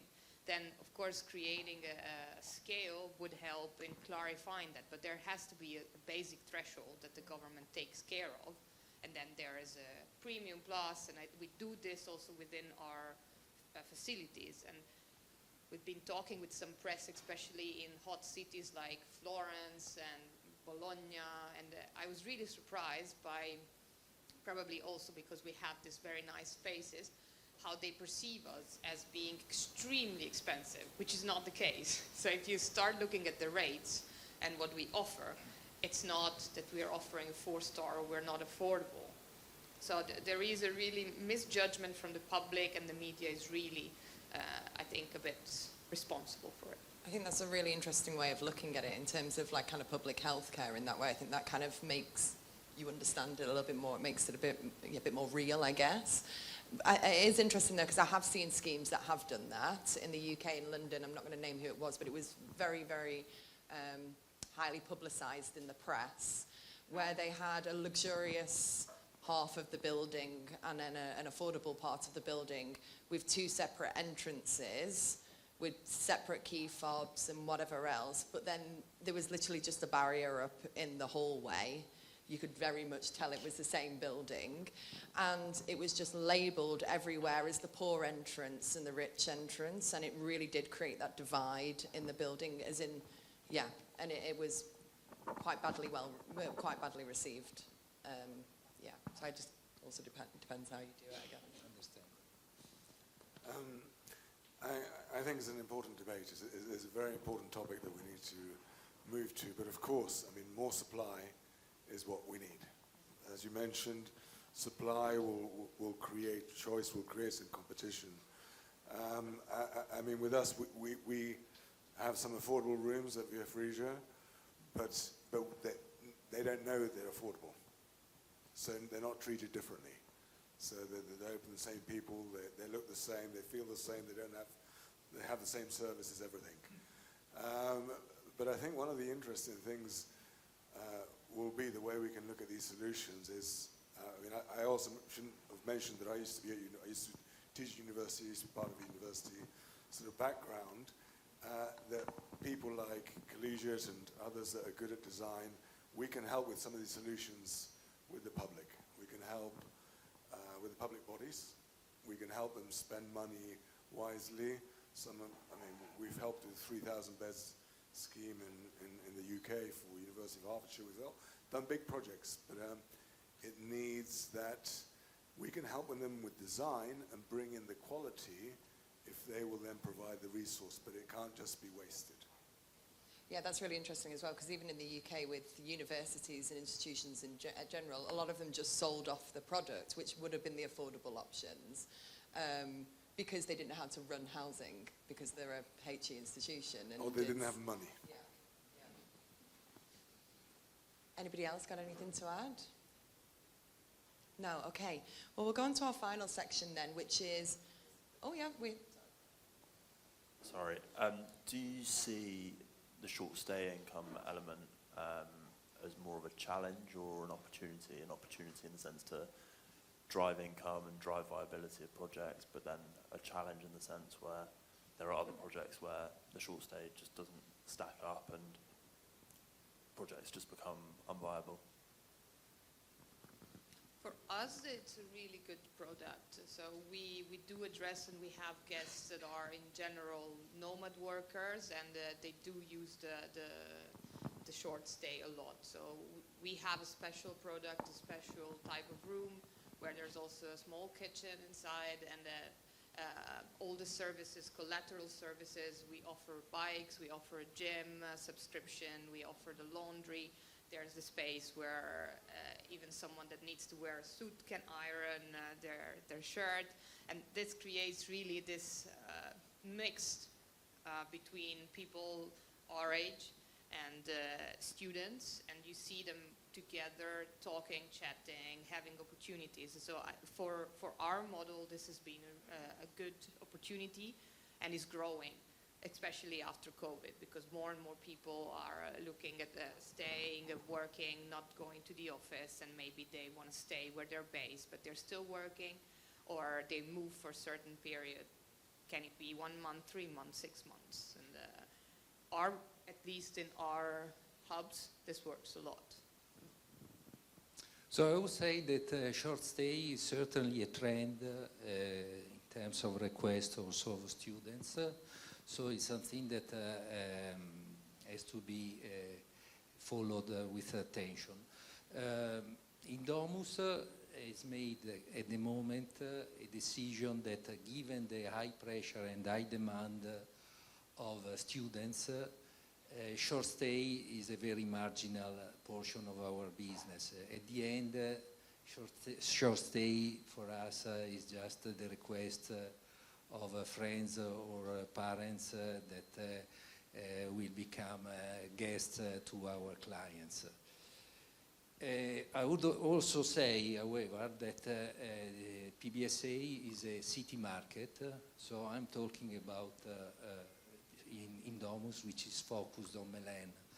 And on Milan, if you have full occupancy, your short stay availabilities become marginally available only in August when nobody is requesting to come and stay in Milan.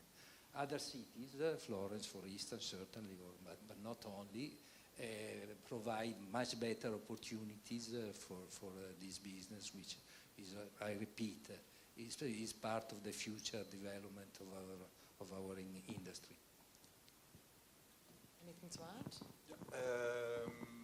I'm having a lot of fun with the short stay rooms as a sales manager, because the short stay rooms help me to build better relationship with the university. Why? Because usually we are able to host the professor or some programs that last less than 1 week, as an example.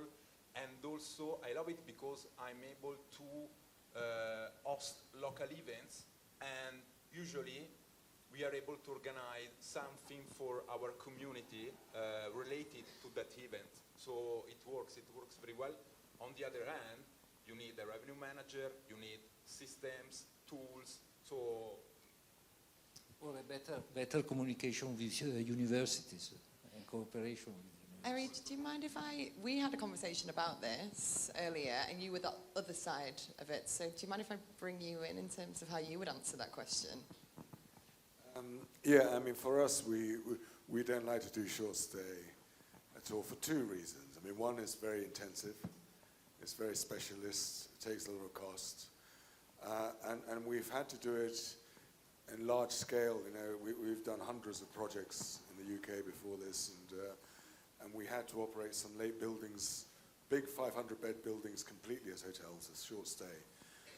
The problem was that it didn't affect, it created a problem for the community, and so unless you're very expert and dedicated at it, a bit like TSH, for us, we don't like to do short stays because we worry about the impact on the community of having strangers in and out.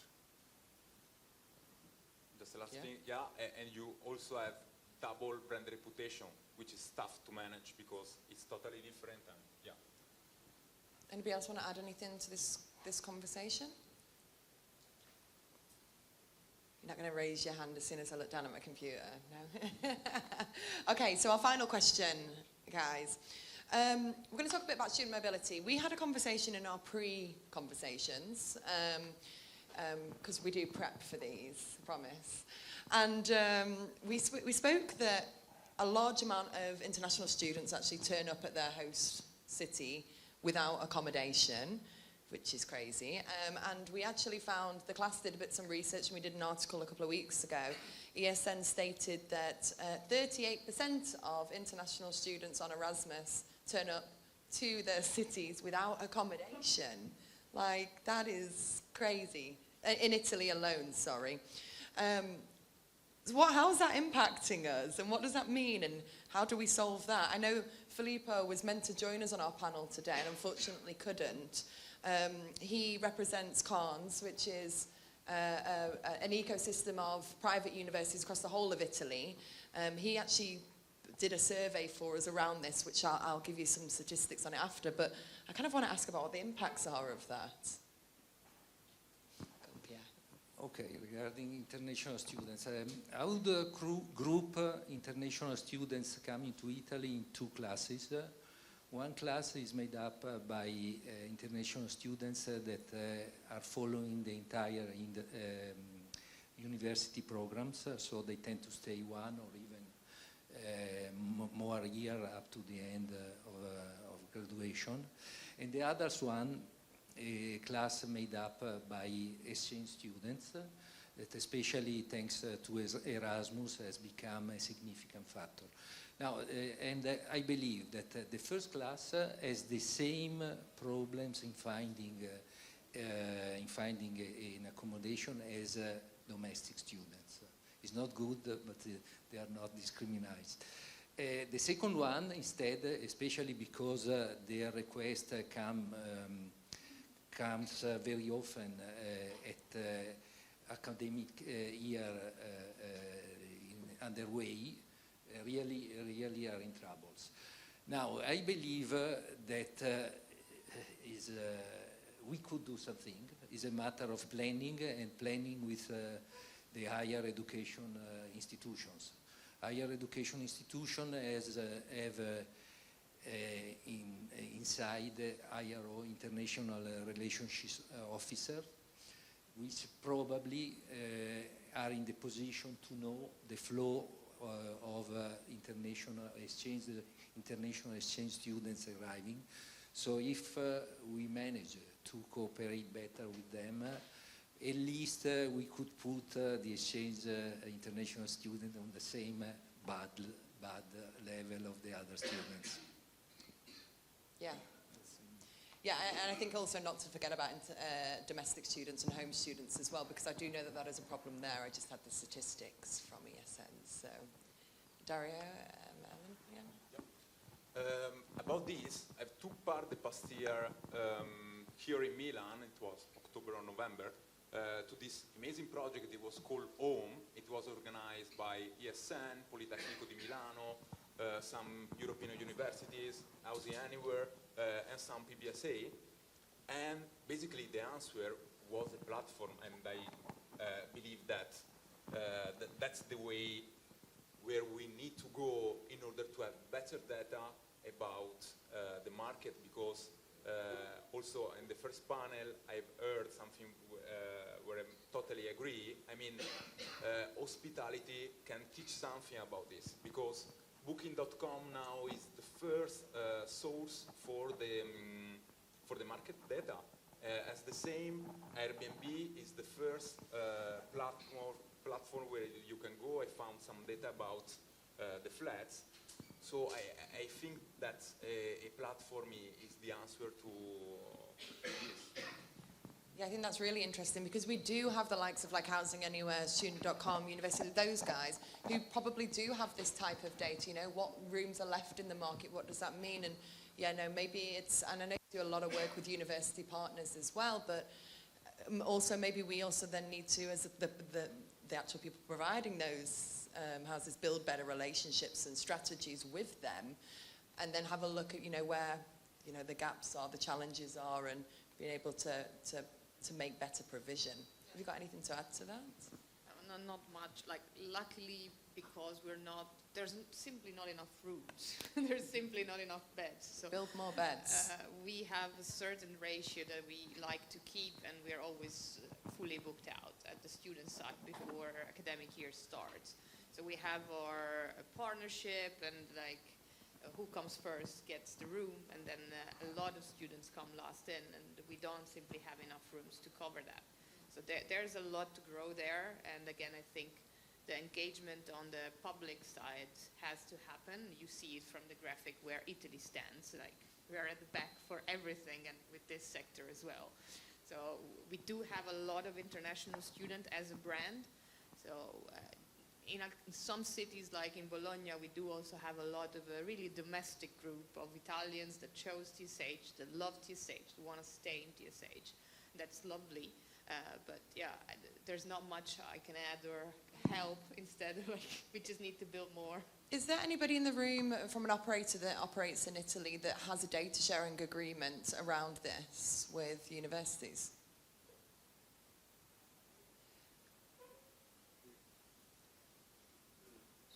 We have probably 30 formal agreements with universities in Milan where they share some availability, not data, but certainly the offer of choice. But, for instance, we have nomination agreements, but basically refer to students that have received a scholarship, so respectively from the fact that they are domestic or international. So that doesn't solve the issue of international students. No, so there's definitely an opportunity there for us to work more collaboratively, I think, with universities. So that, yeah. Well, one of the feedbacks from Filippo was, yes, they all have international growth strategies. They didn't want to share it, but they did. And the majority of them that did have those international growth strategies, international student growth strategies, a heavy proportion of them didn't have a housing strategy that supported that growth. So that's the first thing. And then the second thing was that nothing was centralized. So also as well, different schools, different, all had different growth strategies and international numbers, etc. Although a lot of them did deal with housing issues internally, and that's also something quite interesting. So what, I think the traditional old, internal housing support is still, being done there in terms of a service. But then if we don't have those relationships, the actual advice that they're giving potentially might not actually be relevant. So I think there's definitely a lot of room there for growth. Yes, please.